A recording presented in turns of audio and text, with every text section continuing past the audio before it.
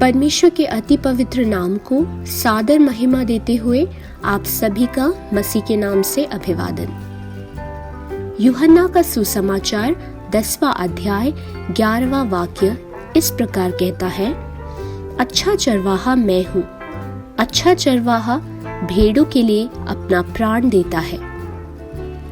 अनुग्रहित प्रभु के वचन से आज हम यीशु अच्छा चरवाहा विषय पर मनन करेंगे।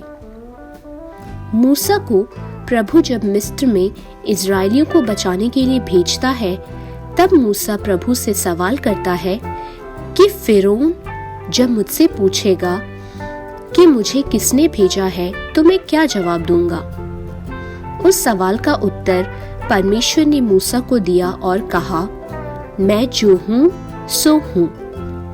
जब अतुल्य परमेश्वर से पूछा गया कि वह कौन है, तो उसका जवाब उन्होंने खुद दिया कि मैं जो हूँ सो हूँ। पूरे भूमंडल में कोई और नाम नहीं जो उस नाम के तुल्य हो, लेकिन यीशु मसीह ने अपनी धरती पर सेवकाई के समय में कई बार उस नाम का प्रयोग किया है। पिता परमेश्वर से समानता दर्शाने वाले शब्द थे, मैं हूँ। जब पुराने नियम में ये बात स्पष्ट नहीं हुई, तब मसीह ने नए नियम में इस पद को प्रायोगिक करके बताया कि मैं अच्छा चरवाहा हूँ। देखिए प्रियो, जब पुराने नियम में प्रभु ने मूसा को कहा कि मैं जो हूँ सो हूँ, वही बात मसीह ने नए नियम में और स्पष्ट करके बताया कि मैं अच्छा चरवाहा हूँ।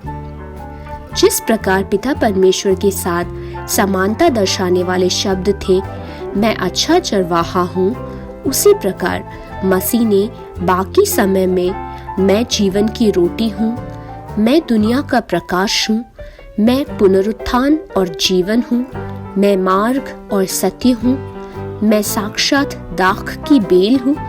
इस प्रकार के कई बातों को मसीह ने पुराने नियम के वचन मैं जो हूँ सो हूँ को पूरा करते हुए बताया है। बाकी चरवाहों से बढ़कर हमारा मसीह यीशु एक अच्छा चरवाहा है। इस बात को प्रभु ने अपने जीवन को बलिदान कर सिद्ध कर दिया। साधारण रूप से एक चरवाहा भेड़ों को इसलिए चराता है कि अपनी जरूरतों को पूरा करे, और वो भेड़ अक्सर खुद अंत में बलि हो जाता है। लेकिन मसीह यीशु ने एक अच्छा चरवाहा बनकर खुद अपने प्राणों को अपनी भेड़ के लिए दे दिया और क्रूस पर बलिदान हो गए। मसीह बड़ा चरवाहा था। उन्होंने मृत्यु पर जय पाकर पुनरुत्थान पाया। मसीह एक श्रेष्ठ चरवाहा है और वो वापस आने वाला है। इस चरवाहे को अच्छा कहने का एक और कारण ये है कि ये चरवाहा अपनी खोई हुई भेड़ों को ढूंढकर जब तक सुरक्षित घर नहीं पहुंचा देता, तब तक उसकी सब जरूरतों को पूरा करके उसे अपने कंधे पर बैठाए रखता है। हमारा चरवाहा सिर्फ पापियों के लिए नहीं मरा, पर अपने विश्वासियों के लिए जीवन पाया हुआ परमेश्वर भी है। यूहन्ना 10:16 इस प्रकार कहता है, और मेरी और भी भेड़ें हैं जो इस भेड़शाला की नहीं, मुझे उनको भी लाना अवश्य है। वे मेरा शब्द सुनेंगी, तब एक ही झुंड और एक ही चरवाहा होगा। हर कोई जो मसीह को अपना उद्धारकर्ता स्वीकार करता है, वो सभी परमेश्वर में एक सभा बन जाएगी। यही वचन हमें यहाँ एक ही झुंड पद से सिखाता है।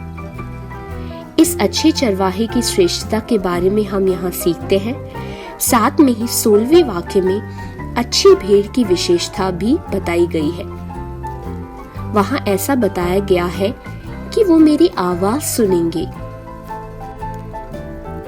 हमारे आत्मिक समुदाय अलग अलग तरह की झूठी और धोखा देने वाली आवाजों से भरा हुआ है। मसीह की आवाज के अलावा और कोई भी आवाज आपके लिए व्यर्थ है। आइए हम वो आत्मिक ताकत पाए कि हम इस शोर में से प्रभु की आवाज को पहचानने पाए। अच्छाई के लिए यूनानी भाषा में जो पद इस्तेमाल किया गया है वो कालोस है। इस पद का इस्तेमाल सबसे उत्तम महिमामयी जैसे पदों के साथ किया जाता है। परमेश्वर की भीड़ अपने चरवाहे को अच्छी तरह से पहचानेगी, ठीक उसी तरह से जिस प्रकार वो चरवाहा अपनी भेड़ों को पहचानता है। इस नए साल में हम उस चरवाहे की आवाज को ढूंढने वाले और उसे पहचानने वाले बने। प्रियजनों, अगर हमारे पिता परमेश्वर ने अपने पुत्र को हमारे लिए इस धरती पर भेजा है तो हम उसकी आवाज पहचानने वाले बनने के लिए परमेश्वर हमारी सहायता करने पाए। प्रभु आप सबका दिन आशीष से भरने पाए। जय मसीह की।